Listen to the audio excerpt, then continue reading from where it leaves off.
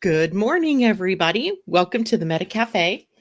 Grab your cup of coffee or your tea, sit back and enjoy some time to talk about the astrology, human design, or whatever it is that we want to talk about today.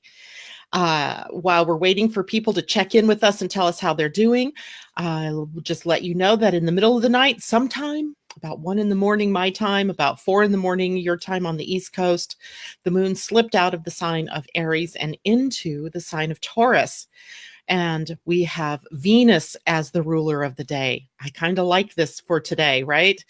Venus is in her new territory at this point in time. So she's bringing us new kind of new ideas and new ways of being, in beauty and harmony. So we have the opportunity today to really gain some of that Taurus energy for ourselves. So let's see, who do we have this morning? I see Vanita, good morning, and Suzanne, good morning to you. And whoever else might be out there listening that I don't see, welcome. And I'm going to make this a fairly quick show this morning because I am going to be broadcasting later this morning with Cornelia Stephanie on the Dr. Pat Show, Transformation Talk Radio. I put the link up yesterday on the Living Astrology page. So if you all want to connect with that, we'll be talking about how to empower yourself in 2019 using astrology. So it's a little bit of a twist on what we talked about in the webinar 2 weeks ago about astrology for 2019. Here we're going to take a look at the themes in a deeper way and how it is that you can use that knowledge going into the year. So I love talking to my friend Cornelia. So this will be a really fun time for me. So that'll be at 11 a.m. Pacific time. That would be 2 p.m. East Coast time. And I've got the link in here. It's going to be on the Transformation Talk Radio live Facebook page. So you've got the link, but it will only take you to the space where the broadcast will start. So be patient. If you follow that link, just wait until 11 a.m. and the broadcast will start there. So I'm excited about that. She has a huge following out there in radio and a live Facebook land. So I'm really excited to be able to share this information with a larger audience for the day. So let's see here. Could I feel mean because of the Taurus energies this morning? I don't know. That feels more like maybe Aries leftover energy, Mars energy somewhere in your chart. Remember, Mars for us is still in Mars, the ruler of the sign of Aries, where the moon was for the last couple of days, is in the sign of Pisces. And it's not getting much traction there, right? It's a planet that loves to be able to have dynamic or to take dynamic action and forward motion. And it has been stymied a bit because of its sitting in water.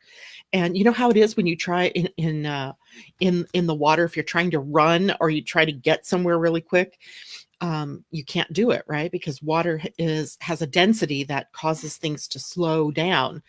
And unfortunately, Mars doesn't know how to swim really well, so it doesn't do so good in a water sign. So it has been sort of slowing us down. The shift into Taurus, I think maybe what you may be feeling is just before the moon made that shift this morning, it met up with the planet Uranus. And that may be some disturbing thoughts had come up to you, or something someone said, even last night before you went to bed disturbed your peace. Something maybe you read this morning, who knows? But maybe a dream you had, or I know you said, Suzanne, that you don't remember your dreams, but maybe something came up from the unconscious.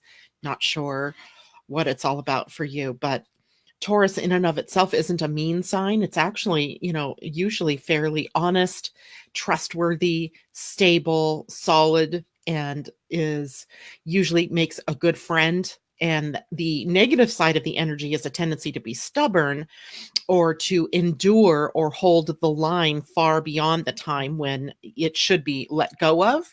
So maybe it's a call for you to let go of some kind of anger or something that you're holding on to. That's really more of the Taurus vibe.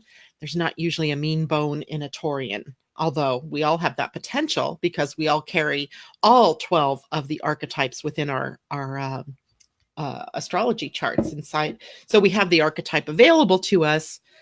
It's just not necessarily the moon today that is triggering that. But the moon today in Taurus does bring us some really delightful energy in that if we choose to simplify things, right? Sometimes as we're going into the holidays, I know this is, happens to me, where I feel like, oh my God, I've got 20 people. What am I going to do? How am I going to afford this? How am I going to get it all done? How am I going to decide what people, want and get?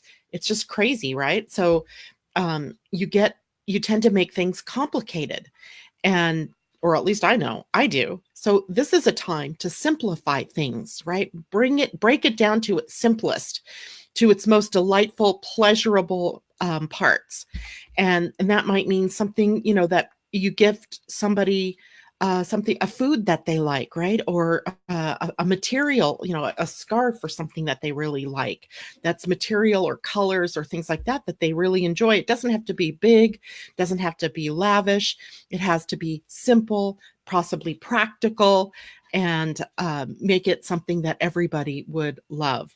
Even in your own world right now, in your home, making things that are simple and practical. Today, the moon is also in a trine with Saturn. Typically when the moon connects with Saturn, we experience a sort of melancholy in our moods, maybe in the way that we feel, like we might feel low energy today for a bit. But when it's in a trine, this is a smooth flow of energy. Saturn's in Capricorn, the moon in Taurus. So we have this smooth flow of this more practical energy and of this simplifying sort of energy. So break things down to their simplest component parts, right? Don't try to be flashy. Don't try to overblow anything. Just be simple. Just be happy. Make things less complex. That's the best way to deal with the day. Later in the day, the planet Venus opposes the moon, or the moon opposes the planet Venus, who's in new territory in Scorpio. And so we are done. Finally, hopefully within the next day or so, we will have Venus moving out of the gate 44, the last gate of the spleen, that energy of the shadows, the fears that we've been dealing with, and that will move on. And Venus will be in new territory. She'll move into the gate 1, which is the most yin gate, the most yang gate in human design, and is the gate of self-expression. It is the most creative energy, right, that gets things started. So in a couple of days, in fact, let me give you the exact date. The 21st. Okay, so on this winter solstice, summer solstice, if you're down under, you will start to see that fear is a thing of the past. Now, does it mean we won't have any fears at all? Not quite, right? Because no matter what, you still have the ones that you came to the planet with, that you're possibly still working with, and you need to work through. And if that's the case, though, at least there's not new ones cropping up, right? We've worked through this stuff, people. We are so done with this, right? We started this process way back in, I don't know, what was it, September? We're done. I'm done. I don't want to deal with this fear stuff anymore. I want to live my life, with progress, with forward momentum, without, being called back to the shadow. If I'm called back to the shadow, I want to just look at it and say, hi, bye, see ya, and move forward. Right? That's what we're looking for. That's what we're aspiring to. And that's exactly what we're getting as we start to move forward here with the winter solstice. So today also there's this a minor contact that's building. It's not exact yet. It'll probably be exact much later in the week, maybe on the solstice actually, where the moon is coming into. No, it'll be later tomorrow, where the moon is coming into an inconjunct, it's called, with the planet Jupiter. And you remember Jupiter is the one right now in Sagittarius that's feeding us optimism and this idea of how we could grow and expand.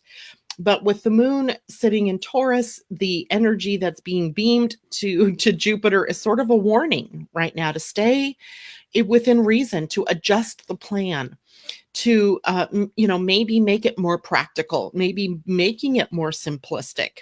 So the energy between those two planets, the moon and Jupiter right now, which can usually take things over the top, causes caution to enter into the picture for us.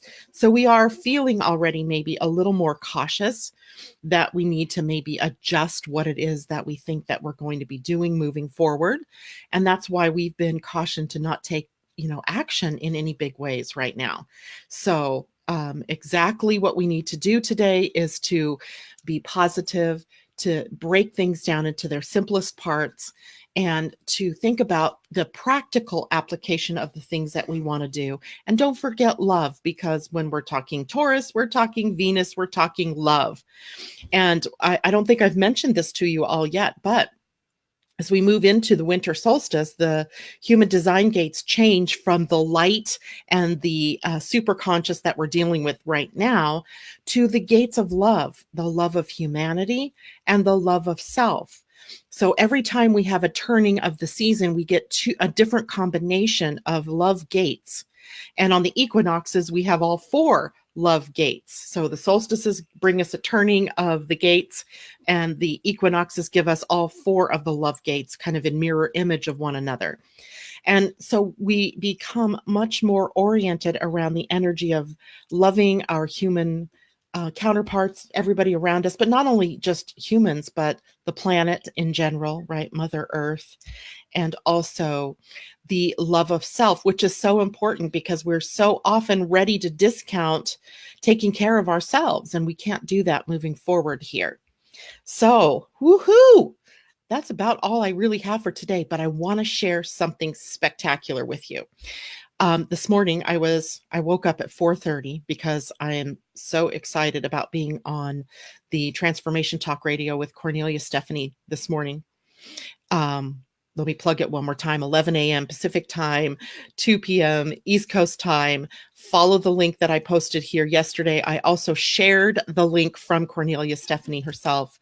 And I'll post it again after I leave the broadcast this morning for you all. But I was lying awake. I had butterflies in my stomach. They were all not flying in formation either. They were kind of, scattered, and I'm trying to pull myself in, and I'm trying to be focused, and I'm nervous. Why? I don't know. I'm always on the air. I don't know why I would be nervous.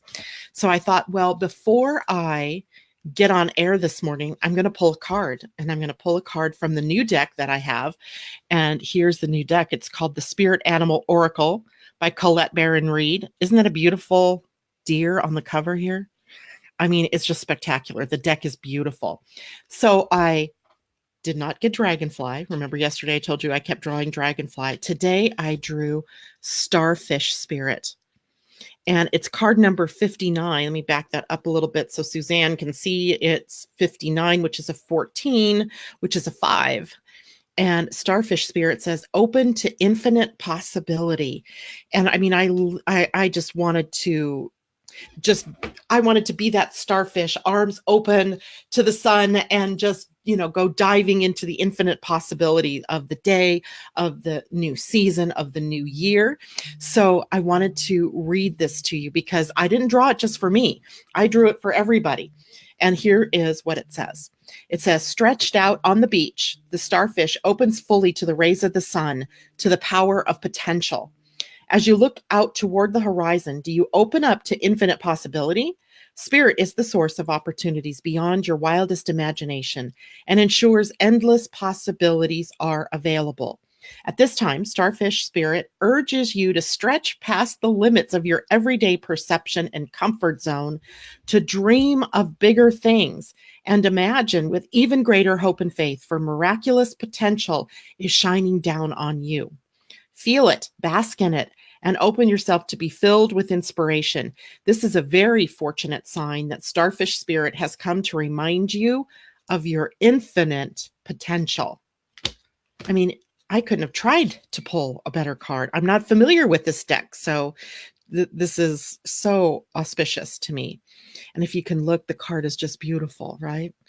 And Suzanne is posting up the 5. I see that angel number 5 energy. Let's see what people are saying out here this morning. Suzanne, she says, okay, we'll check your page. Oh, okay, for the link. By the way, when I was opening up this morning, I was talking about the I don't want to call it the spin, but it really is kind of a different way that I'm going to approach looking at the astrology for 2019 today. So even if you heard the webinar or you've purchased the webinar and you've listened to it since, we're approaching this today from a position of empowerment. How can you empower yourself in a year where there is definitely some big, changes going on and some interesting astrological connections? So that's exactly what we're going to do. We're going to go in and we're going to approach it from the empowerment point of view. Yeah, it is a beautiful deck. Suzanne has posted the number 5. Number 5 resonates with the influences and attributes of personal freedom, the conventional, individualism, non-attachment, change, life lessons learned through experience, variety, adaptability, and versatility, resourcefulness, motivation, progress, activity, blah. Yes, those are awesome words there. Angel number 5 brings a message from the angels that important life changes are upon you, and these changes will bring about many positive opportunities for you. We could use that. The angels ask that you look upon these changes with an optimistic and positive attitude, as they are destined to bring you many long-term benefits. Remember to be grateful for the auspicious opportunities ahead of you. Woohoo! Kind of like that one. Let's see. Good morning, Lori. Wow, so insightful. Lori, I don't know you, so welcome. It's good to see you here this morning. Good morning, Diana. How are you doing out there? Mimi, good morning. Debbie. Suzanne, Debbie, Suzanne, Debbie. This is the Suzanne, Debbie, Vanita, Mimi, everybody. So the girls are all here. So this morning, that is about all I have. It's a quiet day up in the stars. There is nothing big happening, except there is something big happening. We spoke about it yesterday. I don't know if it's worth bringing up again, but maybe I will bring it up. By the way, Jennifer, if you're listening this morning, happy birthday to you. Joanne, if you happen to be listening this morning, happy birthday to you. Both my cousin and my daughter having birthdays and celebrating with the sun at the Galactic Center, which was what we sort of opened up and talked about yesterday, in terms of the Galactic Center being the source of all of the evolutionary energies, the cosmic energies that bathe the entire universe, the entire cosmos of the Milky Way with its energy, with its light, and with its potential. And so when we get to this time of the year, and alternatively, when we get to the June 18th, 19th through 21st, that the two solstices, we are in alignment with that cosmic gateway or the Galactic Center. So I often wonder that if the Galactic Center isn't the source of the Akashic records, where the impulse is coming out from there, where it holds the information packets of everything that is our experience in the past, in the present, and what will be. And it's just a wonderful thing. I always think when I think about the Galactic Center, I think about the cosmology of the Mayans, when the Mayans were they were very oriented in they were oriented. We here in this particular day and age, we feel like we are oriented in time and space, right? The Mayans had another element that they were oriented to, and it aligned them with the Galactic Center. So they felt that they were aligned. There was also a pulse that they were a part of that came from the Galactic Center, and it was embodied in them at their birth. So they were oriented in time and space and their purpose for being here. And it was so powerful to them that the entire society, or tribe, if you will, knew each of the individuals in the tribe or the community by their first name, which their first name was actually their astrological makeup.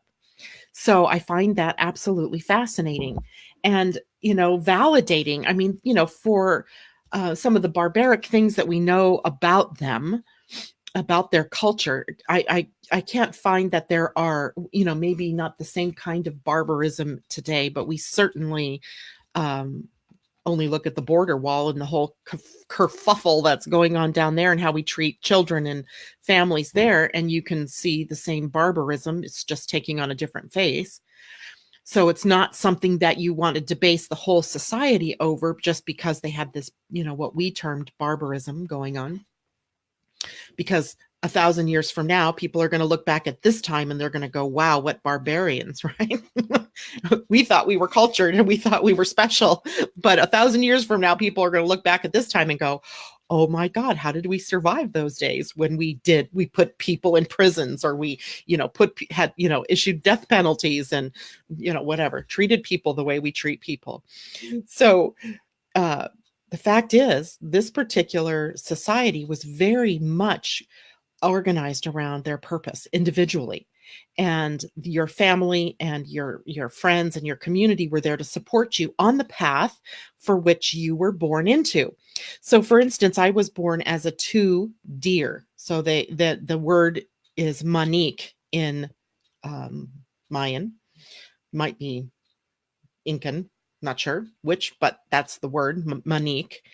And it speaks to the fact that I have a dual role as a spirit receiver and a spirit speaker, right? Speaking from spirit to you from, what I term as the Galactic Center.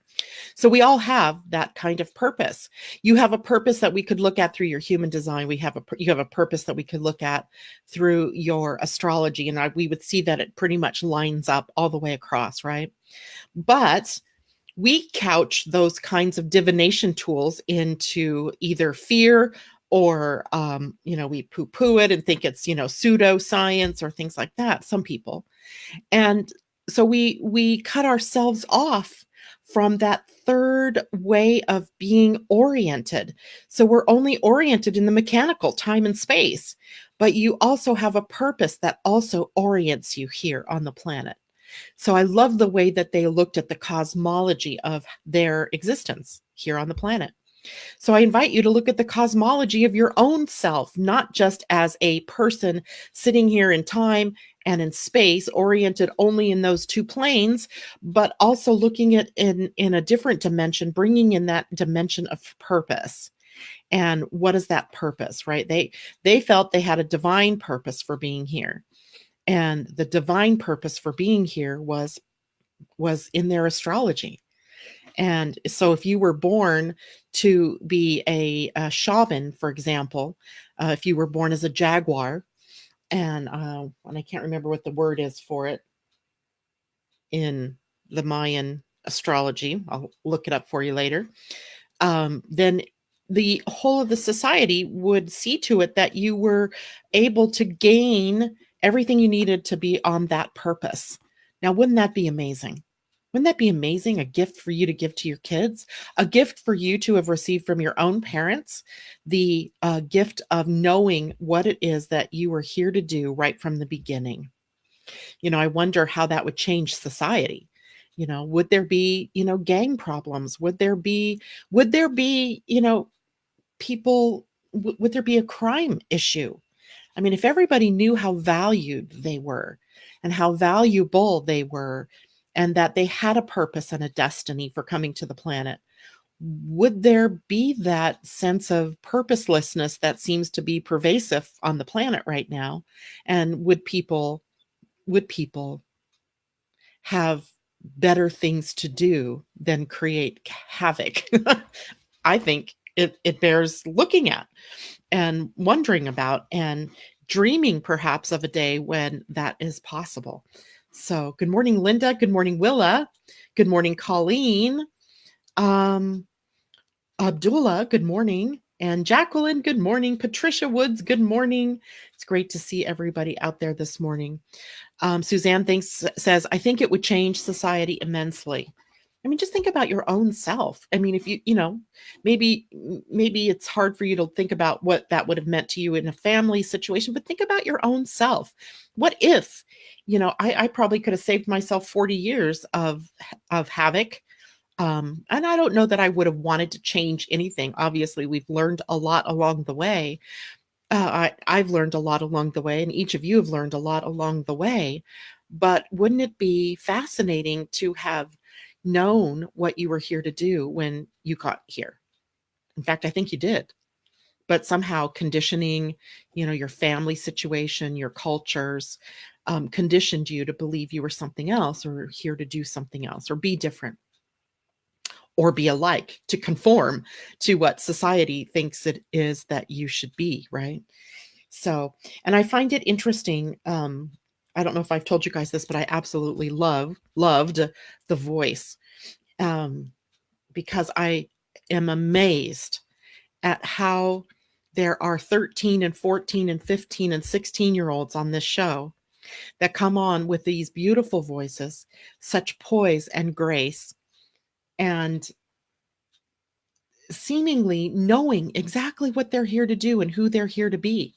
And it's amazing to me that the potential is there. I think, the potential is here on the planet now for us to really support that and to be much more engaged with what it is that we're here to do from a purpose point of view. Good morning, Wanda. Nope. If you missed anything, anybody who's tuning in late, you can always come right back to this page after the broadcast is done and the video is there, right? It automatically archives to my Living Astrology Facebook page. You can click on it and listen to it again if you want to, or you can download it. I think you're allowed to download it, but beyond that, I download it and I turn it into a YouTube video. So you can go to my Living Astrology YouTube channel and you can, listen to it that way, or I post it through social media and everywhere. Literally, it's everywhere. And then I also upload it to Blog Talk as a podcast, so that once it broadcasts as a podcast, you can, listen to it while you're driving, or, download it to your iPhones or wherever, and have access to it. So because there's a lot of people just tuning in, I'm wondering if there was, a couple people have said, that they were having trouble with their connections this morning. And so let me just reiterate what we talked about in the first part of the morning. It was that today the moon is in Taurus, and it is in a nice trine with the planet Saturn, and also opposing Venus today. It is a day for simplicity. It is a day for beauty and harmony. It is a day to be practical and engaged in the everyday simplicity of life, right? It is the after the ecstasy, the laundry kind of day. I was trying to think of chop wood, carry water. That's the saying, right? Chop wood, carry water kind of day, but make it a beautiful day, right? Do it in a beautiful way. And it's a smooth relationship today with Saturn. That's where the simplicity comes in. Today is also the opposition to Venus. I would not make any big personal changes today. Like if you're going to get your hair cut today, don't spike your hair purple today, because tomorrow you're going to hate it. It's not a day to do whacked out crazy things that you may regret tomorrow. So, be simple, just be down to earth. If you're getting a haircut, or getting, something done different, great. Just make sure it's something that you can live with beyond this moment, right? Because you don't want to be the crazy person. I mean, I'd have nothing against purple spikes in your hair. If that's what you really want, go for it. But remember that today we may be a little bit deluded about what it is that we think we want. So we don't want to make big moves today. Simple, practical, beauty, down to earth, elegant, not crazy, loud, obnoxious, right? I also spoke about the moon in conjunct to Jupiter, and how that may slow our roll a bit, because we have to make some adjustments in order to get where we want to go. It's not clear yet, perhaps, exactly what that might be. And so you just hold on until you have clarity, right? This is a day that is sort of that bridge where we don't necessarily have all the information yet. So we may want to wait a little bit. It's a minor thing and it's in the background, and it may cause a feeling of unease about making decisions. So just be aware. It's not a biggie deal. For those of you joining late, I also drew a card this morning and from a new deck, and it was the Spirit Animal Oracle. And if you can see this, it's beautiful. My friend Debbie sent me this for Christmas and graciously allowed me to open it early. Spirit Animal Oracle, and the card I drew was spectacular. It was Starfish Spirit, open to infinite possibility. So I don't want to reread the card right now, but it certainly is in the recording. Suffice it to say that it stimulated this conversation about the Galactic Center and opening up to all that is and all that is possible.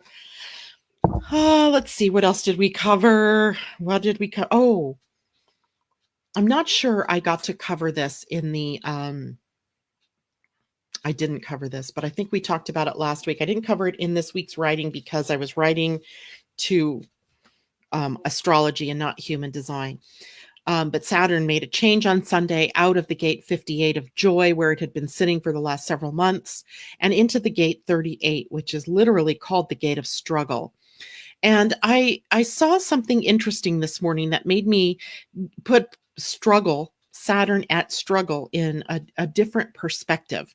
So remember yesterday we were talking about format energies that, let me see if I've got my human design chart here from yesterday. So here is the root center. This is the center, it's grounded energy. It is formatting energy when it's moving from the sacral or the root up to the sacral. So these three channels right here are format energies. They format how it is we're going to use our adrenaline energy here, our stress energy here, and how it's going to be turned into work energy up here. Well, we have these three gates here also, and these are energies. They're not called format energies. In fact, I'm not sure that anybody really has named them anything, but they are setting the pulse that moves over to the spleen. And the spleen is the center for survival. It is the center for intuition, time, health, and it's the energy of either surviving or thriving. So if we prefer to think of it as thriving, then Saturn sitting at the gate 38, which is the middle one right here, this middle gate right here, 38, it's moving up in this direction. And we could think of it as the struggle to move from merely surviving to thriving and flourishing. Remember, we used those words during the summer. I think Tom and I in a conversation had brought up those two words, and he brought them up, and I was like, yes, thriving and flourishing, right? So we have this pulse coming now off the root center.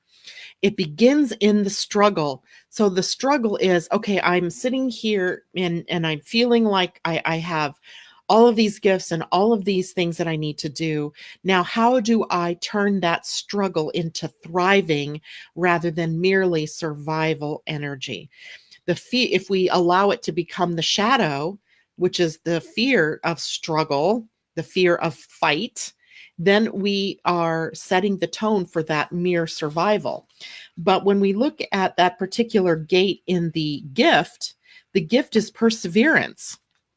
The highest is honor.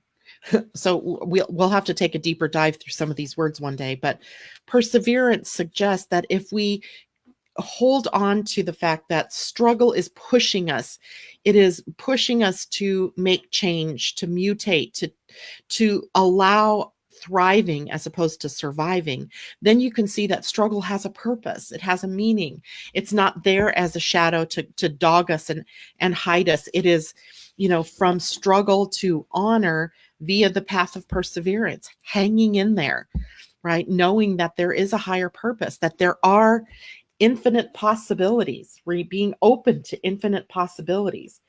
And it always reminds me, when I think of gate 38, it reminds me of that Thomas Edison, and how many times did he fail at making the cotton filament or whatever the filament was to make the light bulb stay lit.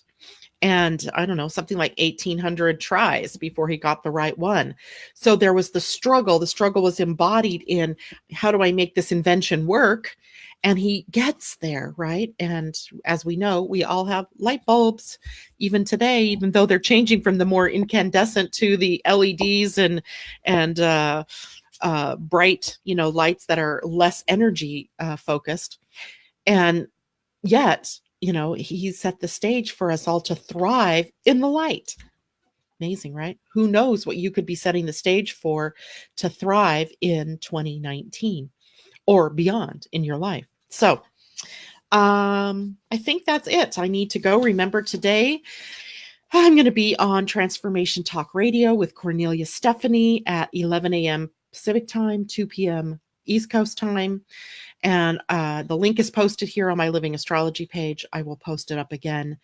And I hope you guys will get a chance to listen to that. It will also be recorded and will be available later for you to download, listen to through, or watch it on YouTube, because it's video like this is, and as well as radio. And wish me luck. Not that I need luck, but it's a big audience and there's a lot of people to talk to. And we're changing the tone. We're looking at how to empower ourselves in 2019.